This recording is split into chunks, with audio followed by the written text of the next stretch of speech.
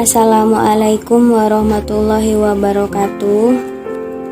Baik, saya di sini akan sedikit memaparkan tentang biografi Umar bin Khattab, di mana Umar bin Khattab di sini termasuk tokoh entrepreneur. Umar bin Khattab lahir pada tahun 513 Masehi. Beliau lahir di Mekah dan beliau keturunan dari Bani Aidi, salah satu rumpun suku Quraisy.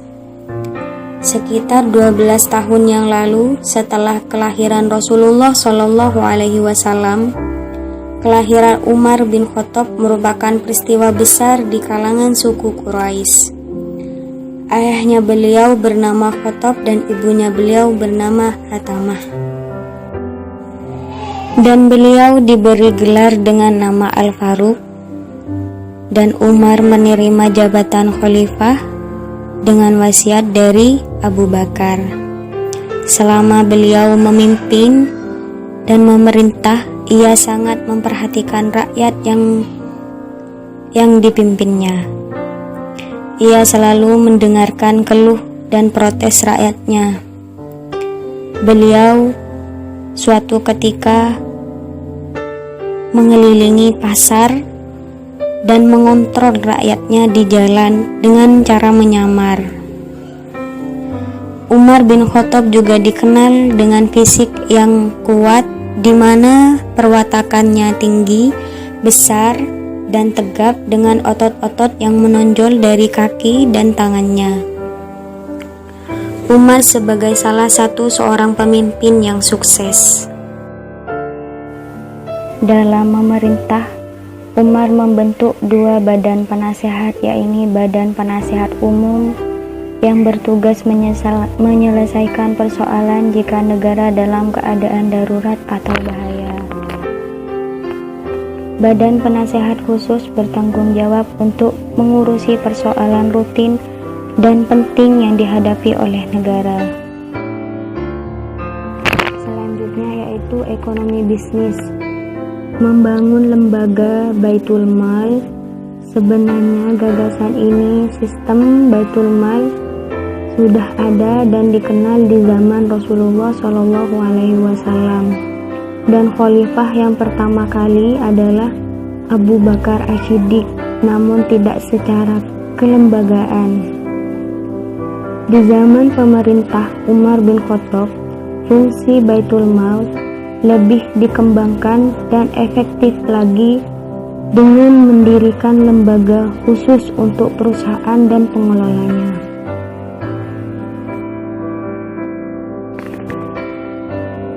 Dalam catatan sejarah, pembangunan institusi Baitul Mal dilatar belakangi oleh kedatangan Abu Hurairah yang ketika itu menjabat sebagai gubernur, dengan membawa harta hasil pengumpulan pajak Al-Kharaj sebesar 500 dirham.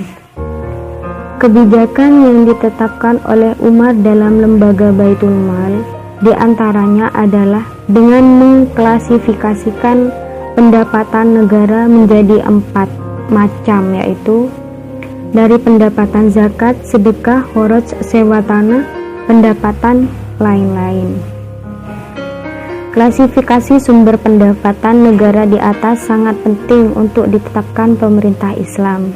Salah satunya, tujuan penting adalah agar suatu pendapat tidak tercampur dengan sumber pendapatan yang lain. Selanjutnya, dalam mendistribusikan harta Baitul Mal, Umar juga mendirikan beberapa departemen yang dianggap perlu, seperti Departemen Pelayanan Militer, Departemen Kehakiman dan Eksekutif, Departemen Pendidikan dan Pembangunan Islam, Departemen Jaminan Sosial.